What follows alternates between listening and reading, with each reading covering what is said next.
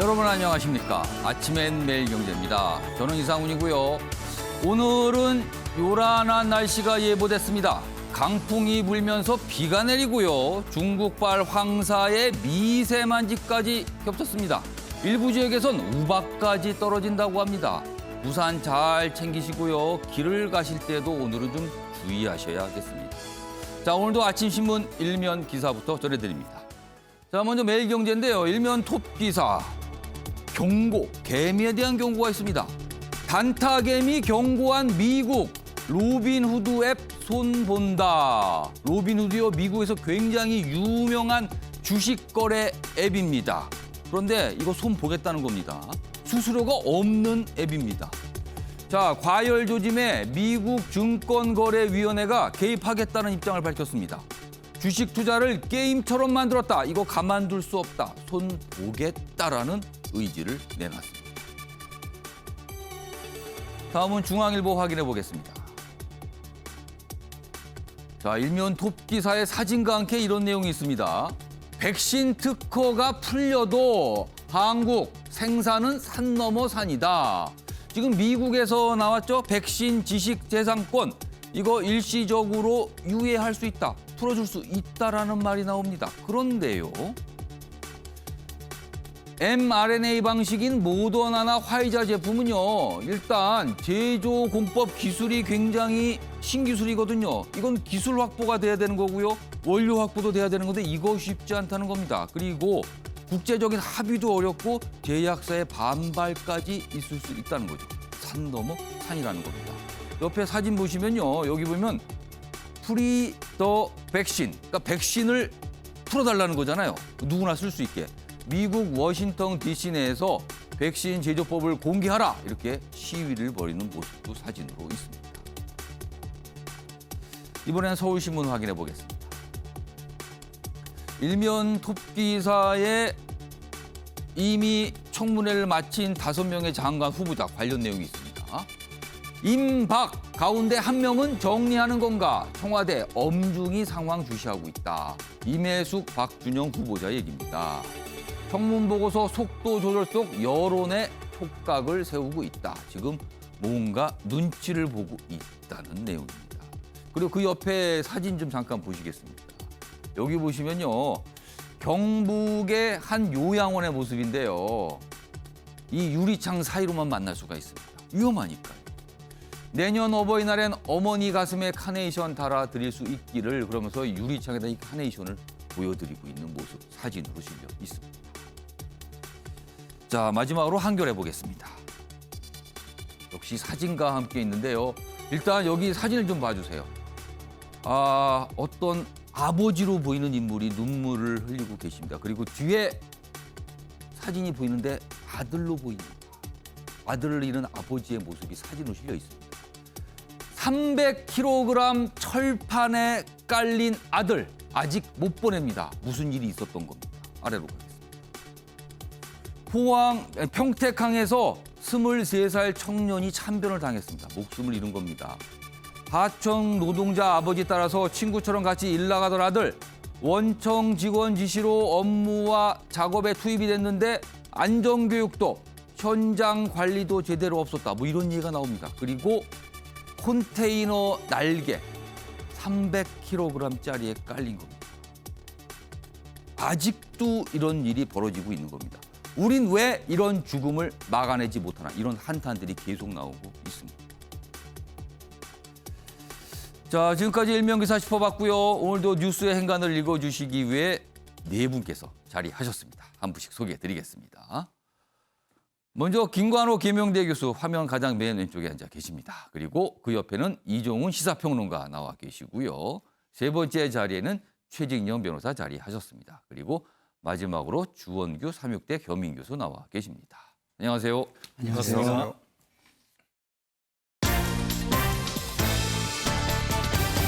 오늘 다룰 주요 이슈들을 4가지 키워드 정리했습니다. 아침을 여는 키워드입니다. 화면에 준비되어 있습니다. 먼저 첫 번째 키워드 보겠습니다. 사과 총리입니다. 아직은 총리는 아니죠. 총리 후보자입니다. 어제 청문회 첫날이었는데요. 사과부터 부끄럽습니다. 사과합니다. 이런 얘기부터 청문회를 시작을 했습니다. 그래서 오늘 사과 총리란 표현이 있습니다. 두 번째 키워드는 코로나 아니면 촛불 들었다. 이거 굉장히 심각한 얘기입니다. 어제 집권 여당인 더불어민주당 초선 의원들이요 20대 청년들을 초청해서 쓴소리를 들었는데 이런 얘기가 나왔습니다. 여당을 향해서요. 세 번째 키워드는 경선 연기론입니다. 여당 대선 주자들의 경쟁 사실상 시작이 됐다고 봐야 되는데요. 지금 여당 내에서 그것도 친문 의원으로 꼽히는 분의 목소리를 통해서 이거 경선 좀 미뤄야 되는 거 아닙니까? 이런 얘기가 나옵니다. 이거 정치적으로 굉장히 큰 의미를 갖고 있다는 분석들이 나옵니다. 마지막 키워드는 우주 쓰레기입니다. 우주 개발 시대죠. 요즘 뭐 민간 우주 개발까지 가는 시대인데 우주 쓰레기 이게 굉장히 생각보다 심각할 수 있다. 이런 지적이 나오고 있습니다.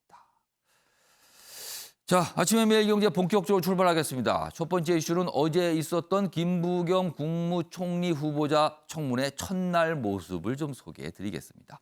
몇 가지 모습으로 좀 분류를 할 수 있는데요. 먼저 첫 번째 모습입니다. 자동차세, 과태료 32번 체납, 그리고 뭐 압류됐다는 얘기 이런 거 있었죠? 부끄럽다 이렇게 반응을 보였습니다. 몸 낮춘 김부겸 후보자다 이렇게 돼 있습니다. 야당이 공세 강화하자 로키 전략, 로키라고 하면 몸을 아주 낮췄다는 뜻이죠. 그리고 여러 가지 이슈가 어제 있었어요. 과거의 발언에 대한 문제, 그리고 가족들과 관련된 문제, 이게 라인펀드인데요. 가족과 관련된 문제에 대한 질문도 좀 많이 있었습니다. 자, 전체적으로 이 기사는 부끄럽다, 사과한다, 몸을 낮췄다 이렇게 기사로 다루고 있습니다. 자, 그럼요. 이 내용과 관련된 첫 번째 영상 확인해 보겠습니다. 과태료가 체납되어서 차량이 압류 조치됐다는 보도가 있었고 지방세도 체납되었다고 하는데 총리 후보자로서 준법의식이 결여되었지 않나 하는 비판도 있거든요. 그 집사람이 자신의 명의로 돼 있지만 그 차량들이 회사 차량이 되는 바람에 모두 함께 사용하는 과정에서 제대로 관리를 못해서 어떤 이유에서든 간에 이 문제에 대해서는 공직 후보자로서 부끄럽게 생각합니다. 그때는 왜 피해를 호소하는 고소인으로 해야 된다고 하셨습니까? 거듭 피해자한테 사과드리고요. 또 앞으로도 특히 성인지 감수성 부분이 많이 부족했다는 지적을 아프게 받아들이겠습니다. 조국 사태에 대해서는 어떻게 생각하십니까? 조국 전 장관에 대한 어떤 기대 수준이 있었는데 여러 가지 것들이 거기에 기대에 못 미쳤고 그래서 국민들하고 특히 젊은 층들한테 여러 가지 상처를 준 것은 안타깝게 생각합니다. 네. 자, 첫 번째 모습 중에 하나는 부끄럽다, 사과드린다, 뭐 이런 이른바 로키의 모습이었고요. 다음 모습도 있었습니다. 보시죠. 당신과 거리 둔 김부겸, 뭐 친문 문자 폭탄, 민주적 방식 아니다. 뭐 이런 질문을 받는데 이렇게 얘기합니다. 그렇다면 이른바 이게 당신 민심 중에서 민심을 선택한 거 아니냐. 뭐 또 이렇게 해석이 됩니다. 조국 사태 관련해서는요. 젊은 층에 여러 가지 상처를 줬다. 이런 입장도 냈고요. 어떻게 보면 소신 발언일 수 있습니다. 그리고 뭐 부동산, 공수처 강행, 뭐 당향에 쓴소리도 했다. 그리고 모욕죄 고소 논란, 이거 문재인 대통령과 관련돼 있잖아요. 이거에 대해서는 청와대 참모진이 제대로 보좌를 못했다. 뭐 이런 취지의 얘기까지 좀 내놨습니다. 자, 그럼요. 이와 관련된 영상도 확인해 보겠습니다. 문자 폭탄 감수하고라도 하셔야죠. 쓴소리 하셔야겠죠. 정부에 가게 되면요. 어떤 국민의 눈높이가 우선이 돼야 되겠죠. 이 문자 폭탄 어떻게 보면 민주주의에 역행하는 전체주의 아닙니까? 전체주의라기보다는 하여튼 이거는 저는 뭐 제가 지금까지 알고 있는 민주주의적인 그런 방식은 아니라고 생각합니다. 네. 대통령이 조국 전 장관을 감싸서 국민에게 상처를 줬다. 더불어민주당의 당대표 선거에서는 이루 못할 고초를 조국 전 장관이 당했다. 검언유착은 오래된 적폐다. 이렇게 얘기를 했습니다. 우선 후보자는 조국 사태에 대해서 어떤 것이 소신입니까? 의원님 뒷부분 제가 전당대회 당대표 출마해서 저런 말을 한 사실이 있습니다. 아무래도 당의 주요 지지자들을 상대로 또 거기에 말하자면 메시지를 내야 되기 때문에 저렇게 말씀을 드렸던 것 같습니다. 김구락 교수님 어떻게 보면 굉장히 솔직한 얘기도 했어요. 사실은 뭐 전당대회 관련해서는 당심에 호소하기 위해서 그랬다 이런 취지로 들려요. 그리고 앞서서 조국 사태 관련해서는 젊은 층에 상처를 주는 내용이다. 그리고 문자 폭탄 관련해서는 이거는 민주주의에 굉장히 좀 위해가 된다. 뭐 이런 취지의 얘기도 했고요. 그리고 이른바 이제 문재인 대통령과 관련된 어떤 고소, 이 모욕죄 고소 관련해서는 이거 보호자를 이 측근들이 보호자를 잘못한 거다. 뭐 이런 얘기까지도 했습니다. 이런 얘기 들어보면 앞으로 총리가 만약에 되신다면 아직 남아 있습니다만 절차가 되신다면 대통령에게 쓴소리를 좀 과감하게 할 수 있을 것으로 보세요? 분위기는 좀 어떻게 보세요? 저는 그럴 가능성이 높다라고 생각하고 그런 역할을 자임해서 아마 총리직을 수락을 하지 않았을까. 지금 그렇지 않았기 때문에 즉 예. 쓴소리를 하지 않았기 때문에 사실 보선에서 이러한 결과가 나왔다고 저는 생각을 하거든요. 그러니까 민심을 그만큼 받들지 못했다. 그러니까 지금 청문회에서 나타나는 어떤 반응 예. 이런 태도들은 그러니까 뭐 평소의 어떤 것들과 다른 것이 아니라 제 생각에는 총리 후보자의 어떤 평소의 것들이 많이 반영이 돼 있고 예. 특히나 보선 결과에 어떤 나타난 민심을 받들어야 되는 그런 입장에 있는 거죠. 그래야만 사실은 나머지 1년을 성공적으로 마무리할 수 있는 그 역할을 할 수 있기 때문에 예. 저는 그런 차원에서 본다 그러면 지금 지적된 것들 조국 전 장관 부동산 문제 뭐 문자 폭탄 예, 등등의 것들을 사실은 국민 눈높이에 맞춰서 얘기를 하는 것이고 그것을 아마 그러한 일들이 유사한 것들이 발생한다면 예. 대통령에게 적극적으로 개진해서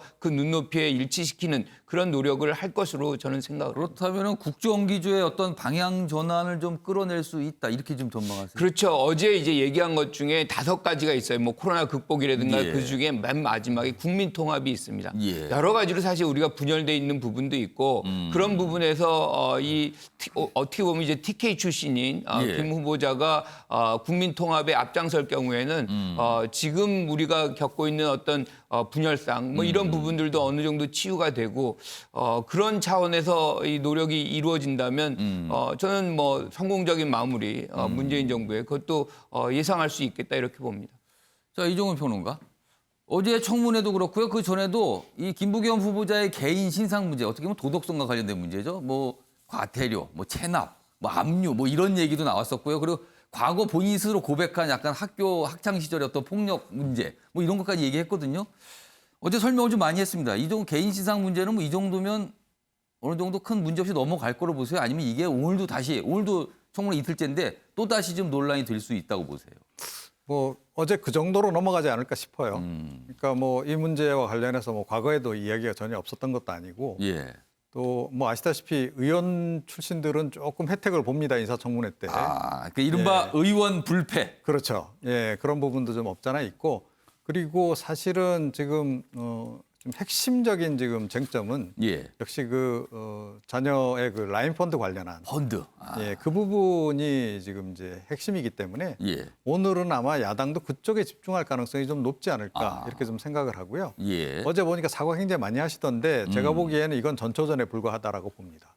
오늘이 진짜가 있다 오늘. 예, 오늘도 오늘이고 총리 되시고 난 다음에도 아마 예. 역대급으로 사과를 많이 한 총리가 될 가능성이 높지 않나. 그건 어떤 이유에서 그렇게 전망하세요? 지금 뭐 문재인 정부 실정 관련해 가지고 계속 사과하고 죄송하다 하는 얘기를 해야 할 겁니다 아마. 전임 총리들 같은 경우에는 뭐 사실은 한창 국정이 진행 중인 상황이고 문재인 예. 대통령이 공약이 진행 중인 상황이었기 때문에 예. 그럴 일이 없었는데 이제는 내년 대선도 있고 하기 때문에 아마 사과를 가장 많이 하는 총리로 기록될 가능성이 높지 않나 이렇게 생각합니다. 대선을 의식하더라도 국민들에게 계속 낮추는 모습을 보일 것이다. 이렇게 네. 전망을 해 주셨어요. 지금 방금 말씀하신 내용 중에 펀드 얘기가 있었거든요. 이건 김부겸 후보자의 자녀와 관련된 문제거든요. 보겠습니다. 기사가 있습니다. 야당 라인 펀드 가족 위에 설계된 거다. 이렇게 의혹 제기를 합니다. 야당에서는. 그러자 김부겸 후보자 아니 사위가 펀드 가입한 거 내가 어떻게 합니까? 뭐 이렇게 반응을 보였어요. 여기 뭐 앞서선 뭐 자동차세, 뭐 과태료 체납, 그다음에 뭐 부끄럽다 발언 이런 것까지 같이 있습니다. 지금 이 부분인데요. 사실 오늘이 청문회 이틀째 날이 됩니다. 그리고 이 라인펀드 관련된 증인 참고인들이 출석할 예정이에요. 그렇다면 좀 더 구체적인 질의 뭐 이런 게 나올 수도 있는 거거든요. 어제 이 내용과 관련해서 뭐 질문과 답변이 있었는데요. 그 내용도 확인해 보겠습니다. 후보자님하고 상관은 없다 치더라도 사위나 이 딸 가족한테는 어마어마한 특혜를 준 것은 분명해 보이죠. 하여튼 뭐 자기들끼리 어떤 거래가 있었는지 모르지만 분명히 지금 보이죠? 의원님 설명에는 그래 보이네요. 예.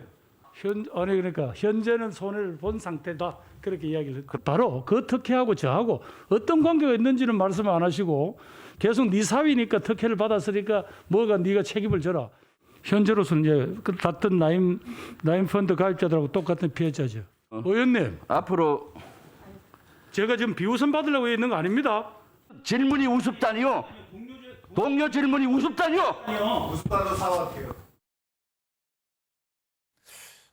그러니까 처음에는 차분하게 질문과 답변이 오다가 약간 목소리가 높아졌죠. 그리고 여야 의원들 간에도 약간 신경전이 있었습니다. 그만큼 민감한 사안일 수 있다는 거죠. 그리고 오늘 청문회 이튿날 이와 관련된 참고인 증인들이 출석 예정입니다.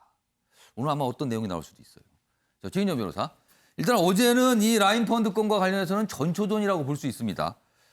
오늘 김부겸 후보자 어떤 지점, 어떤 대목들에 대해서 좀 더 자세히 해명을 해야 될까요? 어떻게 보세요?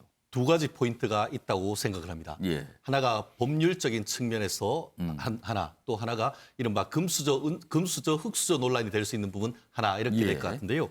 먼저 이 그 법률적인 부분 같은 경우에는 예. 아시다시피 지금 라인펀드란 것이 그 2019년 그 말 무렵에 터졌던 1조 6천억 가량의 엄청나게 크게 어떤 피해를 입혀서 예. 많은 금융 소비자들한테 피해를 줬던 그 사건 아니겠습니까? 예. 그런데 그 판매 중단 사태가 일어나기 한 6개월 전인 2019년 4월경에 예. 이 그 라인펀드에 있던 일가 이외에는 유일하게 지금 김부겸 총리 후보자의 가족들만 딱 들어갔다는 것이죠. 그러니까 딸 가족을 말하는 그렇죠. 거죠. 딸 가족. 예. 그러니까 둘째 차녀 그 가족들인데 예. 여기 보면은 전체 그 367억 중에 12억 이 둘째 딸에 들어갔었습니다. 그 둘째 딸 가족이 투자한 금액이 그렇습니다. 그러다 보니까 그것도 외부에 공개된 것도 아니고 이른바 어. 그 테티스 11호라고 해서 예. 완전히 폐쇄형으로 돼 있었던 점 하나 나아가서 왜 이 부분이 논란이 되냐 하면은 우리가 금융 상품을 사고 팔면은 당연한 게 뭐죠? 수수료가 들어가죠. 예. 근데 알고 봤더니만 여기에 어떤 수수료가 전혀 없었던 거예요. 그 이른바 뭐 환매 수수료가 없다는 얘기가 그 그렇죠. 얘기입니까? 그리고 또 다른 분들 같은 경우에 환매하려고 하면은 갈아타려고 하면은 여러 가지 장애가 있지 않습니까? 예. 그런데 매일매일 환매 가능하다. 손실을 회피할 수 있는 특혜가 있었다는 거죠. 그렇기 때문에 이 펀드 구성 자체의 특혜 그리고 예. 또 펀드의 운영함에 있어서의 여러 가지 특혜가 있었는데 과연 이것이 이 그 라인 펀드의 운영자와 이 그 차녀의 그 사위와의 어떤 개인적 관계만을 보고 이런 특혜를 줬느냐. 그게 혹시라도 결국 후보자가 어떤 연관성이 있는 거 아니냐. 그렇죠. 결국 쉽게 이런 의심을 말하면 하는 건가요, 지금? 보험 든 것이 아니냐 이 부분인 것이죠. 아시다시피 이와 같이 이제 2019년 4월달에 이 그 차녀 가족들이 펀드에 든 이후에 예. 6개월 만에 라인 펀드 사태가 벌어졌단 말이에요. 예. 그렇다고 하면은 특히 이렇게 이제 그 라인 펀드 운영 그 주체 같은 경우에는 만약에 나중에 문제가 생겼을 때에 이것들을 지렛대로 해서 어떤 청탁을 하려고 했는 것이 아니냐는 그런 의혹이 바로 지금 야당이 제기하는 지금은 사실 의혹입니다. 그거는 뭔가 밝혀진 건 없는 상황인 그렇습니다. 거죠. 그렇기 때문에 이 부분에 대해서 야당은 좀 더 사실관계를 확인해야 되는 부분이 있고 지금 그 김부겸 후보자 같은 경우에는 지금 본인은 일면식도 없다라고 하는 부분에 예. 대해서 해야 되는 그 소명해야 되는 부분이 가장 핵심이라고 봅니다. 나아가 또 한 가지 예. 아까 말씀드린 것처럼 이것도 민감한 주제인데 금수저 흑수저 논쟁입니다. 이번에 봤더니만 한 12억 원, 현금 12억, 어마어마한 돈입니다. 이것을 투자를 했는데 지금 언론의 보도에 보면은 사위가 현금 3억 원, 이 김부겸 후보의 차녀가 3억 원, 예. 그리고 5살짜리 자녀가 3억 원, 3살짜리 자녀가 3억 원. 그러니까 가족 4명이 투자한 형태로 돼 있군요. 그렇게 돼 있는데 말씀드린 것처럼 유치원 다닐 만한 그 아이들 5살, 3살짜리한테 3억 원씩 해서 돈을 넣어주는 것이 과연 이것이 정당한가? 물론 사위가 그 어떻게 보면 굉장히 그 준재벌가에 해당할 정도의 어떤 돈 많은 재력이 좀 집안에 있다는 어떤 거죠. 재력이 있는 것은 이해를 합니다. 그렇지만 어떤 식으로 해서 이렇게 3억 원, 3억 원 해서 그 하는 과정에서 증여세 탈루나 이런 부분이 있는지 예. 이 또한 오늘 제가 추정하기에는 상당한 논란이 될 수 있는 부분이어서 아마 철저한 준비가 있어야 되지 않을까 생각합니다. 그 부분에서 어제 김부겸 후보자의 답변은 이제 첫째는 아니 사위가 펀드 가입하는 걸 장이 어떻게 하나 이게 첫 번째 답변이었고요. 또 하나는 알아보니까 그 펀드 손해 봤다더라 이 얘기였어요. 이건 어떻게 보세요? 그렇습니다. 뭐 펀드는 손해 볼 수도 있습니다. 그렇지만 주식이란 것이 내부적인 주식 어떤 그 여러 가지 그 미공개 자료를 이용하거나 할 수 있습니다만 주식이 의도된 대로 바로는 하지 않습니다. 결국 예컨대 저런 거와 마찬가지죠. 이거를 뭐 단순하게 완전히 같이 그냥 비유입니다. 사람을 어떻게 해를 끼치려고 했는데 그것을 실제 의도를 실행하지 않다 하더라도 그에 대한 의도에 따른 책임을 져야 된다는 것이죠. 그러니까 손실 여부와는 상관이 그렇죠. 없다는 결국 말씀이시네요. 아무리 좋은 지금요. 의도라도 자기가 시장이 그렇게 흘러가지 않으면 손실을 본 건데 예. 그럼 내가 이익을 보고 손실 그걸 가지고 판단하기에는 어불성설이라는 것이죠. 그러니까 오늘 야당의 어떤 날카로운 질의 그리고 어떻게 보면은 김부겸 후보자는 어제 본인이 밝힌 대로 모를 수도 있었을 것 같아요. 그렇다면 그거에 대한 충분한 어떤 소명, 해명 뭐 이런 게 좀 나오지 않을까 싶기도 합니다. 오늘 아무튼 치열한 공방이 예상이 됩니다. 오늘이 진짜 청문회 날이 될 수도 있겠군요. 자, 오늘 뭐 이런 정도의 내용들이 신문에서 좀 다뤄지고 있습니다.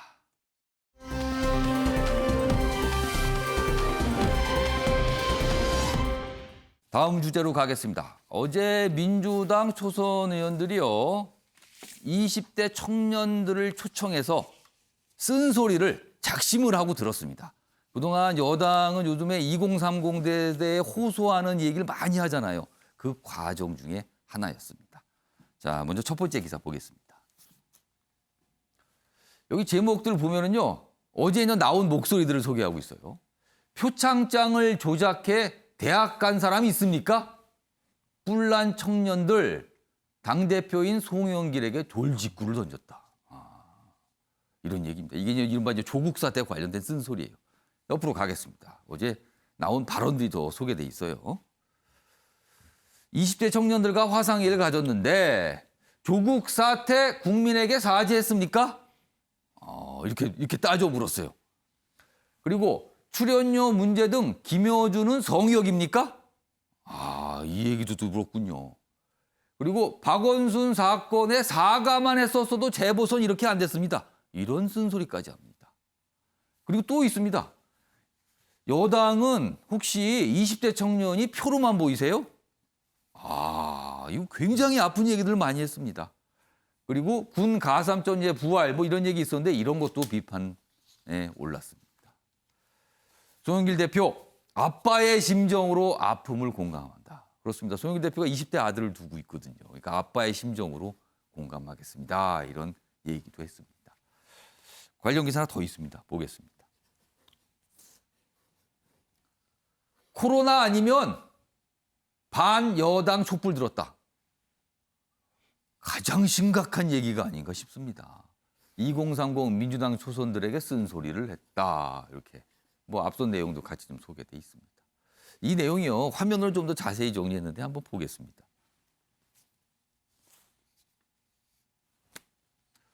허위 인턴과 표창장 조작으로 대학에 간 사람이 있는지 물어보라.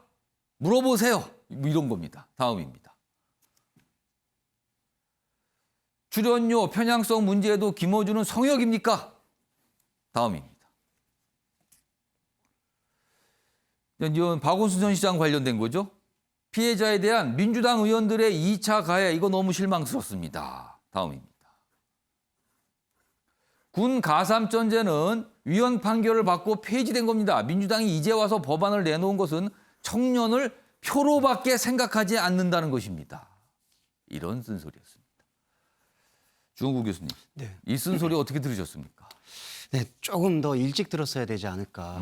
뭐 적어도 재보궐선거 전에 아니면은 조국 전 장관 사태가 생기기 전에 뭐 그럴 때 20, 30대의 혹은 20대 청년의 목소리를 들었어야 되지 않을까 싶고요. 너무 안타까운 게 지금 민주당에 대해서 20대 청년들의 마음이나 여론은 거의 돌아서지 않았나. 그런 아주 씁쓸함을 조금 확인하게 된 시간인 것 같습니다.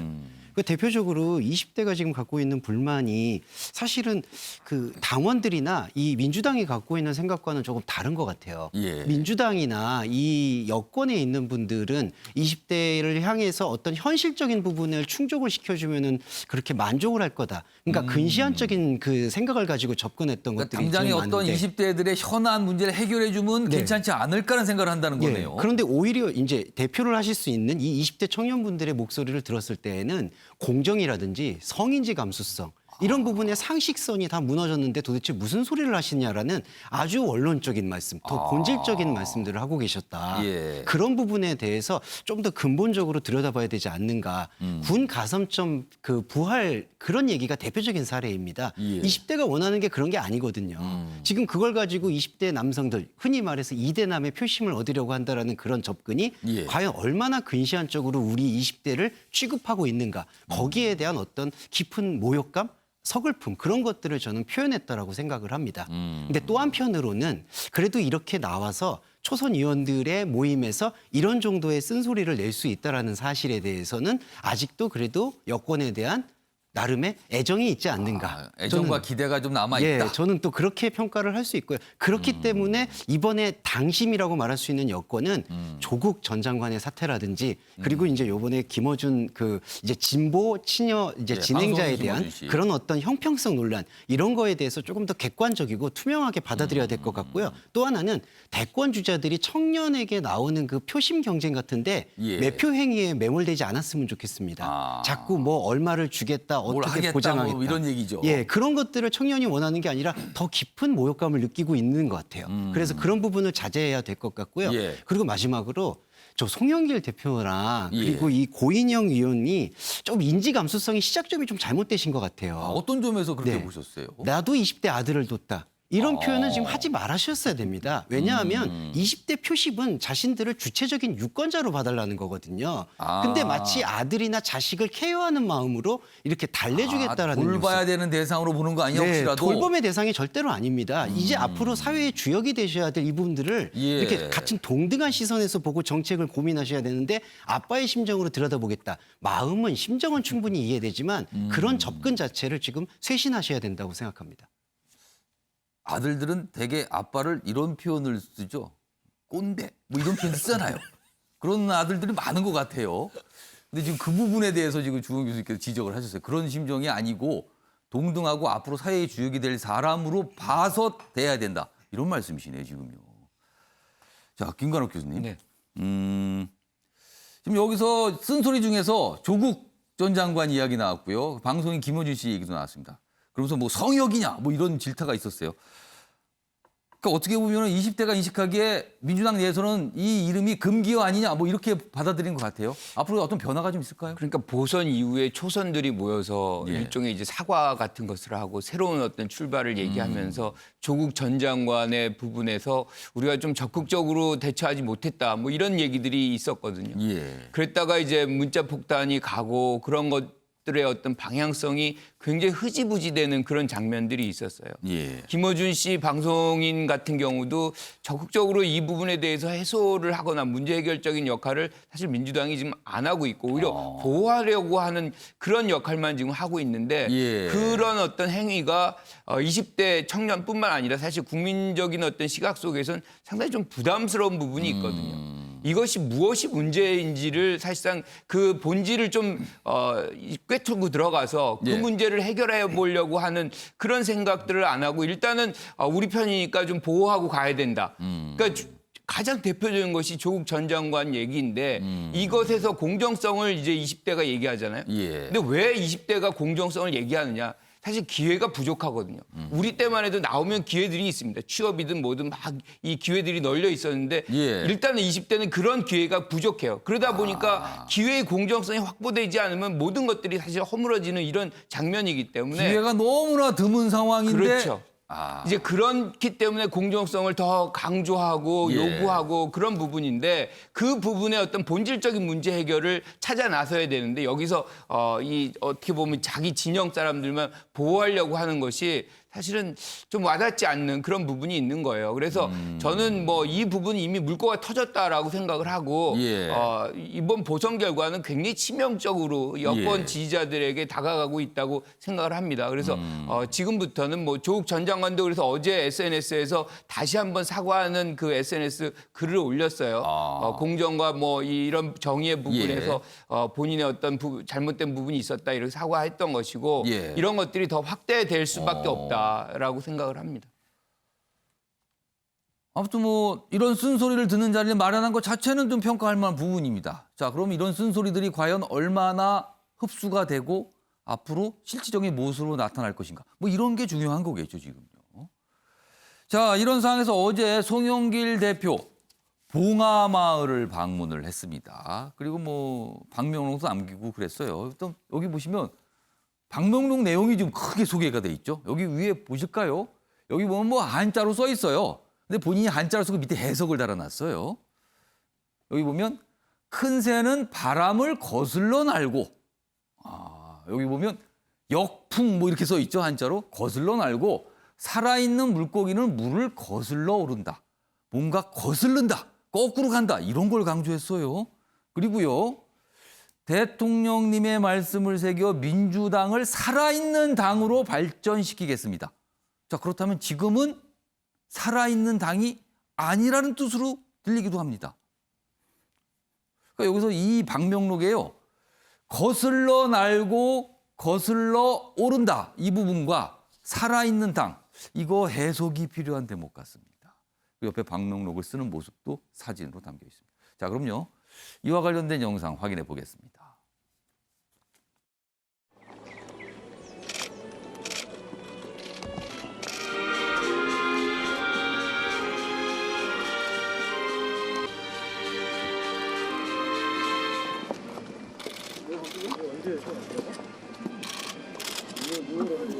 꽃이 예쁘게 많이 폈을 때 지도부가 방문해 주신 것 같다라는 덕담을 여사님 해주셨고 2008년에 당시 정세균 대표 시절에 송영길 지금 현 대표께서 최고위원, 수석 최고위원을 했을 때 와서 대통령님 뵀던 내외분 뵀던 기억이 생생하다 그런 말씀 하셨어요.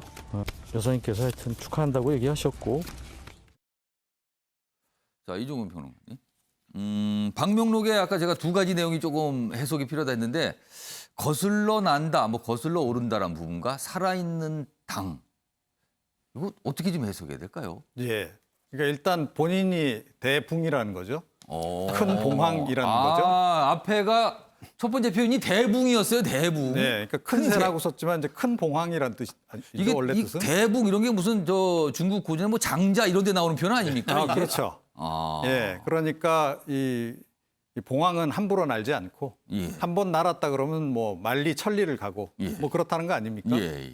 이제 거기서 이제 따온 건데, 그러니까 본인이 일단 대붕이 되겠다. 일단 그거부터 예, 주목을 일단 하셨군요. 그래서 뭐 상당한 그 권력 의지를 좀 드러낸 것으로 일단 보이는데, 예. 그런데 과연 그 바람을 거스릴 수가 있으실지 그건 모르겠어요. 노무현 전 대통령 같은 경우에야 뭐 사실은 뭐 기득권에 계속 충돌하고 예. 지역주의에 도전하고 뭐 어떻게 보면 이제 결안으로 바위치기식으로 그렇게 도전을 한 바가 있는데, 그런 부분을 지금까지 높이 평가받는 예, 거죠. 그런데 뭐 송영길 대표가 그동안 그래 오셨는지 조금 의문이고, 그리고 이번에도 어찌됐건 뭐 당내 그 친문계들의 지지를 얻어서 그래도 예. 대표가 이제 되셨다라고 이제 전제할 때 과연 그 자기 목소리를 확실하게 저렇게 내실 수 있을까? 뜻은 좋으나 과연 가능할까?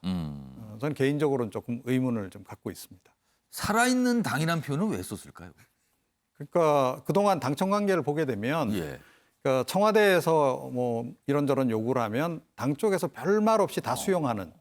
그러니까 노무현 전 대통령 시절에만 참여정부 시절에만 하더라도 예. 당청 갈등이 상당했어요.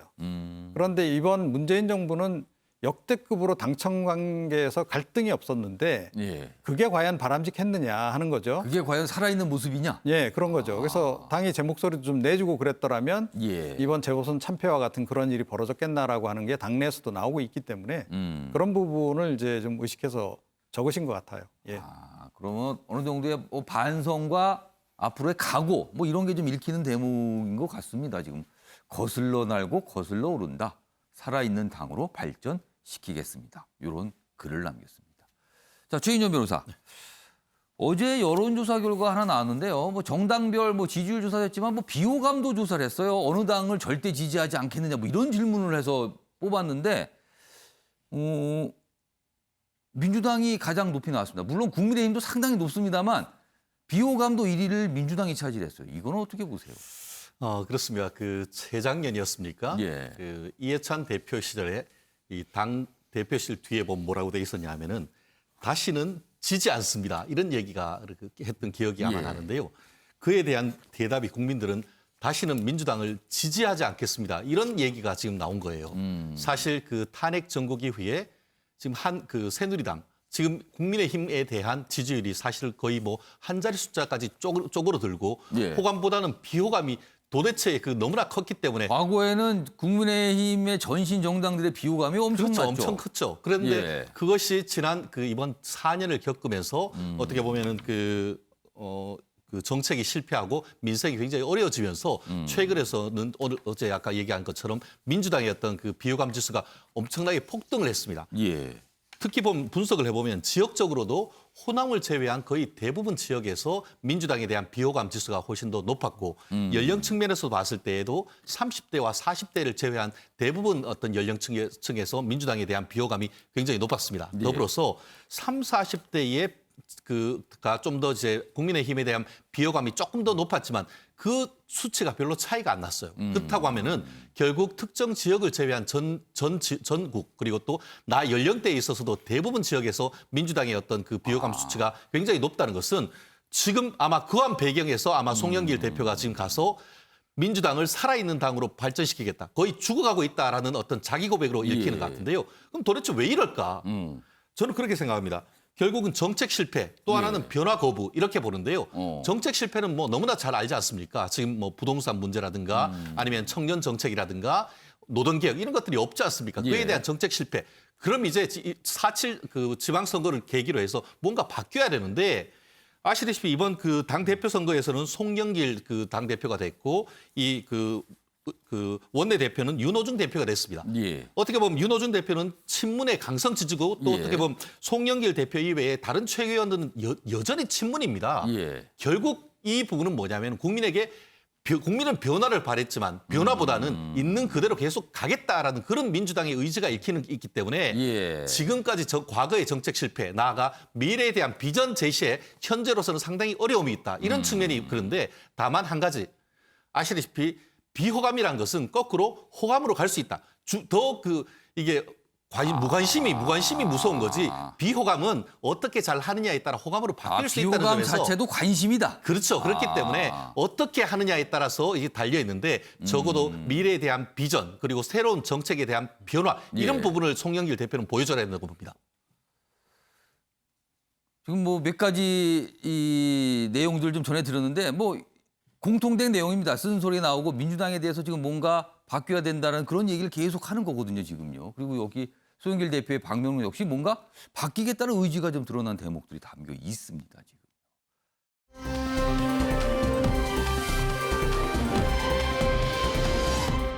자, 지금 뭐 패널분들께서 말씀하시는 중간중간에 뭐 친문 이런 얘기 참 많이 하셨어요. 그런데 다음 주제도 그 친문과 관련돼 있습니다. 보겠습니다. 경선 연기론입니다. 재보선 선거 전에 잠시 이런 얘기들이 있었어요. 여당 내에서 공식적이진 않지만 물밑에서는 꽤 얘기가 있었습니다. 그러다가 잠잠해졌는데 다시 나온 겁니다. 이번에는 공개적으로 나왔습니다. 친문이 띄운 대선 경선 연기론. 민주당의 대선 후보를 뽑는 경선을 원래 일정보다 미루자는 겁니다. 자, 그러면은요? 미루는 게 무슨 의미를 갖는 건가? 일단 제목 다시 보면 이재명 경기지사 측 반발입니다. 이렇게 돼 있습니다. 1등을 달리고 있는 여당 내에서 대선 지지율 1등을 달리고 있는 측의 반발이라는 거죠. 좀 더 보겠습니다. 어제 친문 핵심으로 꼽히는 전재수 의원이 본인의 SNS상에 이 경선 연기 주장 글을 올립니다. 조목조목 어떤 내용들을 밝히면서요. 친문 9월 경선 야당보다 2달이나 빠르다. 우린 먼저 뽑아놓고 쳐다만 봐야 한다. 그렇다면 이건 굉장히 불리하다. 뭐 이런 근거입니다. 그러자 이재명 지사 측 친문 후보 양성을 위해서 시간 벌기냐 이렇게 또 지적을 하는 거죠. 반발입니다. 이런 내용입니다. 그리고 최근에 이재명 경기지사가 양정철 전 청와대 비서관과 만났다. 전 여의도 연구원장과 만났다. 여기 이 양정철 전 원장은 문재인 대통령의 측근 중에 측근, 뭐 항상 그렇게 뽑히잖아요. 근데 뭐 만났다 이렇게 좀 알려주고 있는 거예요. 이게 도대체 무슨 의미일까 그럼? 무슨 얘기를 한 걸까? 이게 또 궁금해지는 거죠. 관련 기사 하나 더 있습니다. 보시죠. 친문 전재수 의원 대선 경선 연기해야 공론화에 나섰다. 이거는 분명 유력 주자인 이재명 지사를 겨냥한 거 아니냐? 물론 전재수 의원이 올린 글에는 뭐 이재명 지사, 경기사 이런 얘기 없어요. 다만 야당보다 먼저 뽑아서 우리가 불리하다. 그리고 지금 코로나 상태인데 뭔가 국민들한테 굉장히 부담만 주고 불편할 수도 있다. 그리고 백신 접종이 좀 많이 일어나서 국민들이 좀 편안한 상태에서 해야 되는 거 아니야. 뭐 이런 근거를 댔습니다. 그리고 김두관 의원도 이런 필요성을 제기했다. 여당 내에서는 아직 전혀 검토된 바 없다. 그만큼 민감한 주제거든요. 이 부분이. 이 얘기 좀 해보겠습니다. 먼저 주건규 교수님. 네네. 이재명 경기지사에 대한 친문의 불신. 뭐 어떤 기사는 이렇게 또 해석합니다. 어떻게 보세요? 불신도 맞고요. 근데 이재명 지사한테 기회일 수도 있습니다. 아, 연기가 되는 게요? 네, 맞습니다. 이게 지금 말처럼 두 가지가 있어요. 코로나 변수와 이제 그리고 이른바 윤석열 변수라고 할 수가 있는데 예. 이 코로나 변수 같은 경우에는 11월에 만약에 집단 면역이 이제 목표로 삼고 있지만 그런 부분들이 조금 늦어지거나 코로나19로 인한 이 피로감들이 누적이 된다 그러면은 이런 대선 경선을 미리 치렀을 때 나오게 되는 어떤 피로감들이 더 누적될 수가 있습니다. 국민들은 코로나 때문에 힘들어하는데 저 여당은 저렇게 대선 주자 이렇게 선출하는 데에만 골몰하냐 이제 그런 이미지 때문에 대선 주자를 뽑는 거는 전당대회를 열거든요. 전당대회는 정당 입장에서 사실 축제거든요. 그거는요. 근데 이제 축제를 벌이기가 곤란할 수 있는 상황이 올 수도 있다라는 거죠. 민생은 이렇게 어려운데 그렇게 축제를 벌이고 있느냐라는 거에 대한 변수가 또 하나 있고 그다음에 하나는 이렇게 먼저 만약에 대선 경선이 되었다가 지금 야당하고 지금 스탠스가 호흡이 잘 안 맞는 건 사실이거든요. 그러다가 이제 윤석열 변수라고 말할 수 있는 어떻게 보면은 지금 지지율 1위를 달리고 있는 후보가 나중에 잘못해서 어부지리로 그런 어떤 컨벤션 효과를 누리게 되지 않겠는가. 그런 가능성 때문에 친문 진영에서는 저는 분명히 후보 양육, 그러니까 자신에게 유리한 후보를 양성하겠다라는 목표가 있다라는 거는 분명히 있지만 이재명 지사 측에서도 이 캐스팅 보드를 그렇게 놓칠 만한 부분은 저는 아니라고 생각을 합니다. 그러니까 반발은 하는 거는 저는 이렇게 봐요. 예. 원칙에 대한 어김이 그건 말이 안 된다. 왜냐하면 재보궐선거 때도 다시 한번 당원을 개정한 그 전례가 있기 때문에 예. 이것도 당원을 개정해야 되지 않습니까? 그런 원칙들을 어기는 것을 나는 원하지 않는다라는 뉘앙스를 보이면서 나중에는 후보들이 합의돼서 예. 그렇게 연기를 하게 되면 윤석열 전 총장이 만약에 이렇게 후보로 나서게 된다고 했을 때 그런 어떤 진흙탕 싸움이나 잘못해서 김이 빠지는 것들은 예단을 방지할 수 있지 않는가. 그런 면에서 이재명 지사에게는 또 하나의 기회일 수 있다. 그렇게 생각합니다. 자, 이 사안은요, 몇 가지 사실관계를 좀 제가 소개를 좀 해드려야 될 것 같아요. 더불어민주당의 원래 예정, 일정대로라면 9월 초에 대선 후보를 정해야 됩니다. 그리고요, 제1야당인 국민의힘 당원 당규에 따르면 11월 초에 정하게 돼 있습니다. 2달 정도 차이가 있는 거예요. 그러니까 여당 내에서 그동안 아니 우리는 먼저 뽑아놓고 가만히 있으면 공격만 받는다. 주목도 못 받고. 그리고 국민의힘은 그동안 당내 경선도 있지만 또 뭐 단일화다 이런 것 때문에 굉장히 주목을 받을 것이다. 우리가 불리하다. 이런 근거들이 있었습니다. 반면에요. 다른 쪽에서는 이거 혹시 이재명 경기지사 말고 다른 친문 후보들을 세우기 위해서 시간 벌기 하는 거 아니냐. 이런 또 시각도 있습니다. 그리고 어제도 전재수 의원도 그런 설명을 했는데 당원 개정 없이 이건 당무위원회 뭐 이런 거 회의 열어서 통과시키면 되는 거다. 간단한 문제다. 뭐 이런 주장까지 나오고 있는 상황입니다. 자, 이종훈 평론가. 당내 대선 주자 간 갈등을 예고하는 거다. 이렇게 보십니까? 아니면 이거는 그냥 별 문제 없이 뭔가 합의가 될 수 있다. 이렇게 보십니까? 갈등이 이건 빚어질 수밖에 없는 거죠. 예, 특히 이재명 지사 입장에서는 빨리 자기가 지금 이제 당내 주자로 확정되기를 원하는 거 아니겠습니까? 그쪽은 빨리 나 본인으로서 후보가 정해졌으면 좋겠다. 그렇죠. 지금 현재 지지율 이제 어찌 됐건 그 범여권의 1위기 때문에 예. 그걸 빨리 굳혀 버리고 싶은 이제 그런 심정일 것이고 그런데 이제 친문계 그 핵심 친문계들 생각은 제3 후보를 어떻게든 좀 띄워서 그쪽으로 좀 갔으면 하는 그런 바람이 있는 거죠. 그런데 지금 뚜렷하게 지금 뜨고 있는 후보가 없다는 거예요. 예. 자, 그러니까 그런 후보를 키워내는데 시간이 좀 필요한 거죠. 그래서 시간 벌기 차원에서 지금 연기론을 지금 이야기를 하고 있는. 그 제3 후보는 지금 민주당 내 대선 주자로는 이재명 지사도 있지만 이낙연 전 대표, 그다음에 정세균 총리도 꼽히잖아요. 네. 그런 인물들 이외에 다른 후보도 또 한번 키우고 싶다 이런 뜻이 있다는 겁니까? 그렇죠. 그러니까 핵심 친문계 중에서 누군가를 내세우고 싶은 거죠. 예, 그런데 뭐 김경수 어떤 뭐 지사가 지금 많이 예. 거론되고 있습니다만 재판이 아직 지금 이제 해결이 안 된 그렇습니다. 상태로 지금 있는 거고 그게 뭐 6월이 된다는 얘기도 있어요. 재판 예. 결과가 최종. 그렇게 보더라도 사실은 좀 시간이 더 필요한 부분이 있고 김경수 지사가 아닌 다른 후보를 키우더라도 마찬가지. 그러니까 지지율을 이거죠. 끌어올릴 시간이 필요하다. 그러니까 맞습니다. 아주 정확하게 예. 말하면 지지율을 높일 시간이 더 있어야 된다는 그렇죠. 말씀이죠. 이제 그 시간을 이제 벌기 위해서 저렇게 이제 움직이고 있는 이제 그런 그 상황인데 그런데 최근에 또 좀 다른 얘기도 들려요. 예. 그러니까 이해찬 전 대표가 재보선 전에 갑자기 정치 활동을 재개를 했단 말이에요. 예. 그리고 양정철 전 원장을 불러들였어요. 예. 양정철 전 원장은 아시다시피 이제 선거 전략통 아니겠습니까? 그래서 뭔가 좀 여기에 배경이 있다. 뭔가 그래서 있다. 예, 일각에서는 어찌됐건 이해찬 전 대표는 친문계 좌장 아니겠습니까? 자, 그래서 한쪽에서는 시간 벌기를 시도하면서 예. 다른 한쪽에서는 이재명 지사 측하고 빅딜을 시도하는 거 아니냐. 예, 그런 얘기도 좀 흘러나오고 있습니다. 예. 그래서 아까 앞선 기사에는 뭐 만났다. 지금 이재명 지사, 양정철 전 원장이 만나서 현안을 논의했는데 그 현안이 그런 걸 수 있다라는 거죠, 지금. 이건 뭐 해석의 영역으로 갑니다, 여기는요. 지금 모릅니다, 지금 구체적인 거는. 자, 김갑 교수님께는 좀 더 구체적인 질문 드릴게요. 이 대선 경선 연기론, 민주당 내에서 이제 공개적으로 나왔어요. 그것도 친문 의원의 목소리를 통해서. 연기가 가능할 걸로 보세요? 좀 굉장히 어렵다고 봅니다. 지금 앞서 두 분께서 이제 후보자들의 어떤 정치적 계산, 개파의 정치적 계산을 기준으로 해서 이제 설명을 해주셨는데 저는 좀 원론적으로 좀 말씀을 드리고 싶어요. 예. 이게 이제 사실 후보자를 뽑는 것이 당의 굉장히 중요한 기능 중에 하나인 것이죠. 그런데 그거 자체가 사실은 대의민주주의에서 국민들, 주권자를 대신해서 이제 후보를 뽑는 겁니다. 뭐가 필요하냐면 후보자들을 검증할 수 있는 충분한 시간이 필요해요. 예. 누가? 유권자들이. 그런데 지금 예컨대 국민의힘당 11월 달에 뽑는다. 그럼 사실 검증 시간은 3개월뿐이 안 됩니다.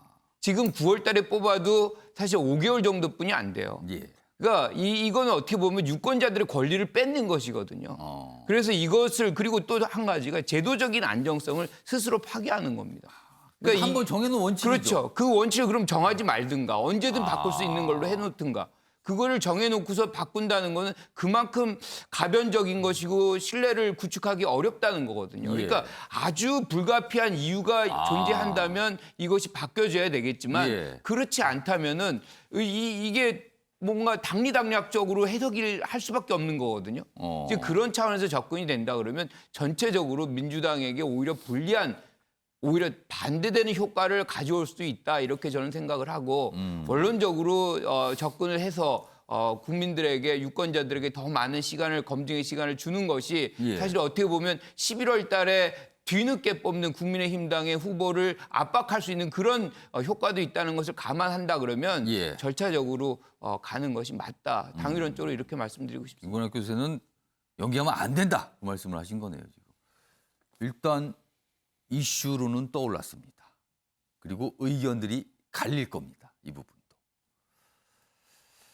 자, 정치권 관련된 소식은 이 정도로 좀 마무리하겠습니다.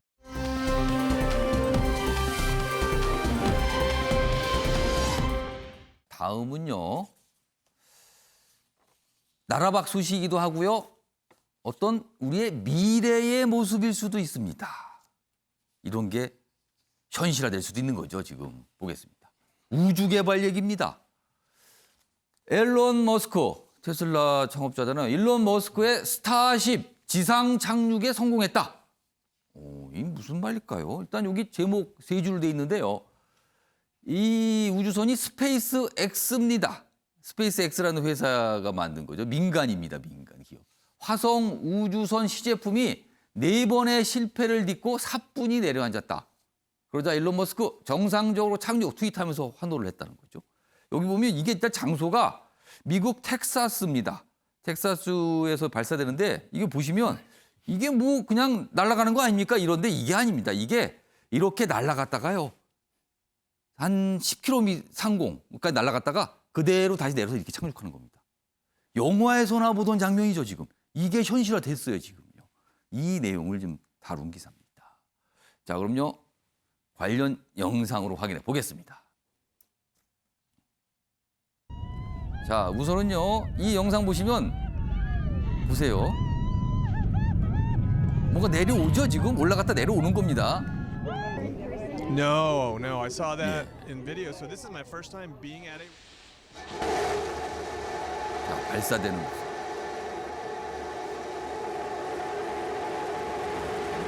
자, 저렇게 해서 올라갑니다. 그래서 지상으로부터 한 10km 상공까지 올라갑니다.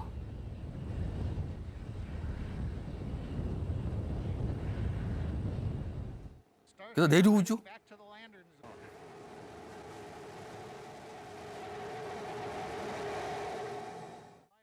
저렇게 앉았습니다. 그런데요, 앞서서 4번은요, 저런 착륙 시도를 하다 다 폭발을 했습니다. 이 무게 중심이 안 맞아서 옆으로 떨어지거나 아니면 그냥 곤두박질 치거나 이렇게 다 실패를 했습니다. 뭔가 떨어지죠, 지금. 저런 일이 반복되는데 4번 실패 뒤에 5번째 성공을 한 겁니다. 이 모습입니다. 자, 이와 관련해 다른 기사도 하나 있는데요. 그 기사도 좀 보겠습니다. 자, 이번에는 베이조스가 등장합니다. 아마존의 창업자죠. 이분도 우주 개발에 아주 지대한 관심을 갖고 있습니다. 회사를 차렸어요. 이름이 블루 오리진. 그런데 오는 11월 우주 관광을 처음으로 하겠답니다. 민간인을 태워서요. 아폴로 11호 착륙한 날인 7월 20일 블루 오리진의 우주 관광 로켓을 개시합니다. 6인 탑승인데요. 가격은 한 사람당 2억 원 정도 된다고 합니다. 엄청난 금액인데요. 탑승 조건도 까다로워요. 신체 조건이 뭐 중력을 이길 수 있어야 되고 뭐 15초 사이에 안전벨트를 풀 수 있어야 되고 뭐 이런 조건이 많습니다. 체력 조건도. 아무튼 우주 관광 상품이 등장을 한다는 겁니다. 이게 현실화되고 있습니다, 지금.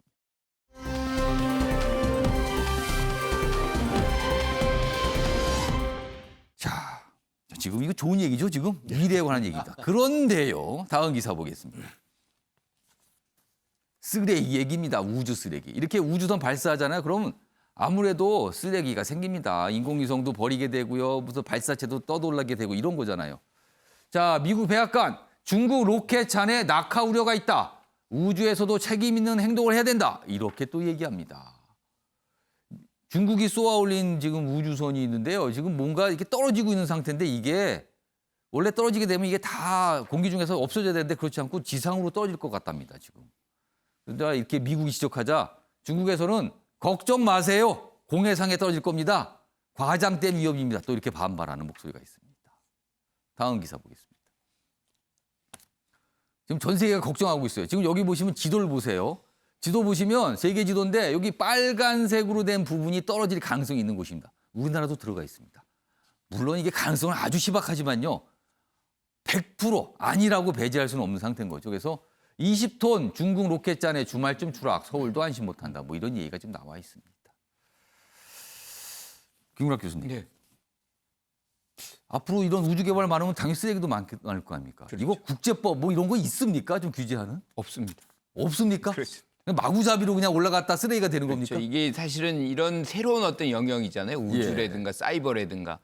국제 규범이 없어요. 그러니까 국제 무역이다 그러면 WTO다 뭐 UN이다 뭐 등등의 것들이 있지만 여기는 아직 만들어내놓지 못하고 있거든요. 그러니까 미국에서 책임 있는 행동을 해라. 즉 이런 일이 벌어지지 않게끔 잘 관리해라 그러는데 제 생각엔 중국이 이러한 부분에 대해서 관리할 능력이 없을 수도 있습니다. 그래서 실질적으로 지금 남이 41도에서 북이 41도 어디든 이제 떨어질 수 있다는 뭐 건데. 범위를 설정한 게 의미가 없을 정도예요. 그렇죠. 그런데 예. 이제 중국의 입장에서는 그거 뭐 공해상에 떨어질 것이다. 그런데 그것도 장담할 수는 없는 것이거든요. 예. 사실상 그래서 기술의 문제도 여러 가지가 있는 것이고 그래서 이러한 일들은 지속적으로 지금 우주를 관리하고 우주를 개발하는 이런 과정 속에서는 나올 수밖에 없는 것이고 따라서 뭐 이 기술을 좀 발달시켜 가지고 이런 일들이 최소화할 수 있는 상황을 만드는 수밖에 없다. 뭐 이렇게 봐야죠. 그러니까 우주에서 지구상에 떨어졌을 때 잘 없어지는 뭐 이렇게 만들든가 뭐 이래야 되는 거네요. 또 이것도.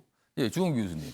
네, 그 중국에 대한 기술 개발, 국제 협력도 주장해야 예. 되지만 미국 내부에서도 자성이 필요하다는 얘기가 나옵니다. 지금 우주 여행을 위해서 지금 최고의 기업들이 계속해서 앞다퉈서 이 우주 그렇습니다. 개발 사업을 하고 있는데 굉장히 뭔가 이렇게 네. 뭔가 경쟁이에요. 주도권 네. 경쟁 같기도 하고요. 근데 이게 좀 위험한 게요. 사실은 우주 쓰레기가 거의 1억 개가 넘습니다. 그러니까 우주선의 파편이라든지 뭐 로켓이 떨어진 것, 수명을 다한 인공위성이 지금 궤도 한 6,000km 위에서 계속 떠돌고 있어요. 그리고 이게 시속 한 2만 킬로 넘게 지금 움직이고 있습니다. 그런 것들이 만약에 우주여행과 같이 연결됐을 때 혹시라도 있을 안전사고 같은 거에 대해서 과연 미국이 제대로 지금 대응을 하고 있느냐. 아까 김관욱 교수님 말씀대로 거기에 대한 국제적 규범, 법 이런 거 없습니다. 지금 그런데 한쪽으로는 국내 미국 기업들을 독려하면서 또 한쪽으로는 국제사회한테 책임감 있는 행동을 요구하는 게 예. 이율배반처럼 보일 수 있다는 것이죠. 거기에 대해서도 우리가 생각을 해봐야 된다고 봅니다. 예, 최인정 변호사. 우주법이 있느냐? 예. 있습니다. 어떤 게 있습니까? 실제로 유엔 이거는 뭐 각 나라가 하는 게 아니고 유엔 차원에서 하는데요. 유엔 차원에서 그냥 사실 이렇게 뭐 정한 게 있어요? 우리나라 헌법은 우리나라의 영토에 대한 것 아니겠습니까? 예. 우리나라 영토가 우주까지 미치느냐 했을 때는 예. 그 대기권 내 정도로만 미치는 것이지 그 예. 외기권까지는 그 미친다고 보기 어렵다 이런 것이 지금 우리나라 헌법계의 정설인데요. 예. 그렇기 때문에 지금 그 50년대에 이제 미소 경쟁사에서 이제 최초 우주선을 보내면서 예. 그때에 이제 1950년 무렵에 67년에 해가지고 이게 우주법이 만들어졌는데요. 무슨 내용입니까, 그거는? 원칙이 이겁니다. 전 세계인들의 이익을 위해서 우주를 이용한다. 그것이 우주에 관한 원칙이고 우주활동 자유의 원칙 이런 식으로 해서 자유롭게 하는데 또 이 또한 평화적으로 해야 된다. 거기에 이제 핵무기나 이런 것과 관련해서는 해서는 안 된다는 이런 것들이 상세하게 돼 있는데요. 원칙적인 내용들이네요, 보니까. 예, 그런데 좀 전에 예. 말씀하신 것처럼 지금 그 중국 로켓 잔해 낙하 우려 있는 것도 하면서 책임 있는 행동을 해야 하는데 그 내용도 있습니다. 타국 이익 존중 원칙에 해서 다른 나라에 어떤 영향을 미칠 수 있는 것들은 미리미리 조율하라는 이런 부분이 있는데 그 또한 이런 우주 조약에 근거한 미국의 요청인 것 같습니다. 다만 우리는 뭐 문제 없다라고 하지만 왜 문제 없는지를 중국에서 조금 더 얘기할 필요는 있다고 보이는데요. 예. 결국 이런 그 우주법에 근거를 해서 우리나라에도 일부 법학자들이 얘기를 하고 있습니다만 예. 아주 미미합니다. 미국이나 중국 러시아 이렇게 강대국을 위주로 이렇게 되고 있기 때문에 우리나라에서도 어떤 우주법 이런 부분도 좀 더 이 연구를 해야 될 필요가 있는데 참 실질적인 어떤 한계가 좀 있는 것 같습니다. 그러니까 뭐 원칙적인 내용이 있는데 구체적으로 그걸 뭐 어겼을 때는 어떻게 되는 겁니까? 이런 거 어기면 안 돼. 이런 거는 없군요, 그냥. 그러니까 이게 법이 있는 것 같기도 하고 없는 것 같기도 하고 뭐 이런 상황이긴 합니다, 지금요. 이종훈 평론가. 뭐 한마디로 우리에겐 이제 승리호가 필요하다.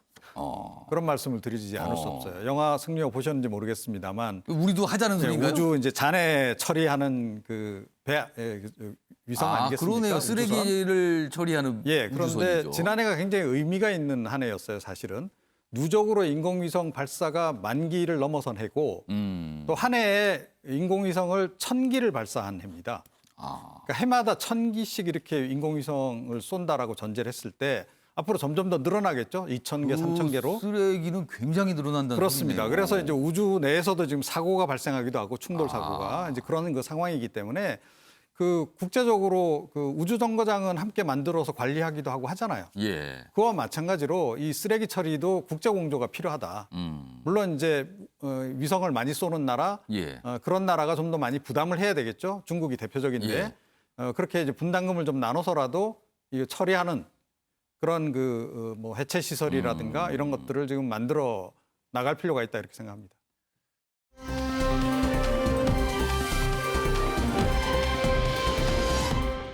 우주 얘기를 지금까 했는데 또 어떤 시청자분 그러실 수 있어요. 무슨 뜬구름 잡는 얘기를 하는 거 가지고 우주 얘기인가? 그렇습니다. 사실 또 땅에서는요. 백신이 지금 문제입니다. 백신. 땅에는 코로나, 우주엔 쓰레기 뭐 이런 상황이라고 볼 수도 있는데 그럼 땅의 얘기를 해보겠습니다. 지금 백신과 관련된 얘기가 나오는데요. 일면 기사를 소개해 드릴 때 백신 지식재산권 얘기를 했거든요. 이거를 미국 당국에서 특허를 좀 유예할 수 있다 이런 입장을 좀 내놓고 있거든요. 그런데요. 유예한다고 다가 아니다. 이런 기사가 오늘 많습니다. 보겠습니다. 백신 지재권, 지식재산권 풀려도 국내 생산 보급까지는 따져보니까 3년은 걸린다. 빨라도 3년이다. 왜 그런가 하면요. 이렇습니다. 백신 특허 공유만으로는 역부족이다. 제약사와 개발 공정 자체를 협력해야 된다. 그러니까 기술에 문제가 있다는 거죠.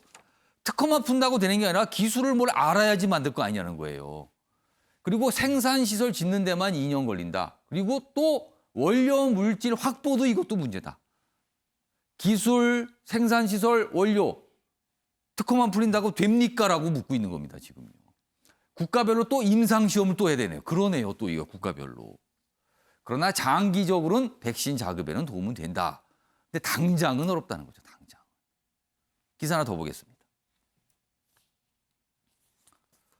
특허 풀려도 복제약을 만들려면 mRNA 기술이 필요한데 그렇군요. 화이자 모더나는 새로운 기술이에요. mRNA. 이게 지금 좋다는 거 아닙니까? 근데 이 기술 있습니까? 라고 묻고 있어요, 지금. 그러니까 특허는 예를 들면 설계도는 구했는데 뭐 기술하고 재료는 있으세요? 이렇게 묻는 겁니다, 지금. 한국 바로 만들 수 있나? 국내 제약사들 아직 제조 기술은 좀 부족한 상황. 아직 사람 대상 임상도 진입 못했다. 원료 있어도 상당한 시간이 걸렸다. 뭐 이런 얘기입니다. 주홍규 교수님. 네. 그러니까 특허만 풀린다고 되는 게 아니다. 뭐 이런 지적이네요, 지금. 맞습니다. 국제사회가 산 넘어 산이라는 얘기가 나오고요. 사실은 작년에 개발부터 일상부터 시작했을 때 2001년 트립스의 공중보건에 의한 도하선언을 먼저 고려를 했었어야 됩니다. 그러니까 특별한 상황일 때에는 세계를 위해서 유예를 한다. 뭐 그런 거를 먼저 조항을 주고 개발을 했었어야 되는데 그러지 못한 게 좀 아쉽고요. 근데 국내에는 근데 희망적인 호재라고 생각합니다. 왜냐하면 mRNA 백신이 아닌 그 노바백스라든지 아스트라제네카 백신은 위탁 생산을 할 수 있는 지금 시설이 있기 그러니까 때문에 과거의 기술로 네. 만든 백신을 말하는 맞습니다. 거죠. 그런데 예. 이제 이 백신 잘못하면 코로나가 이제 토착화가 될 수도 있다는 우려가 있기 때문에 예. 투트랙으로 먼저 이제 아스트라제네카나 이런 백신을 생산을 유연하게 하면서 mRNA 백신을 구상한다면 한국이 조금은 시간에 있어서는 유리한 고지를 선점할 수 있다. 그렇게 생각합니다.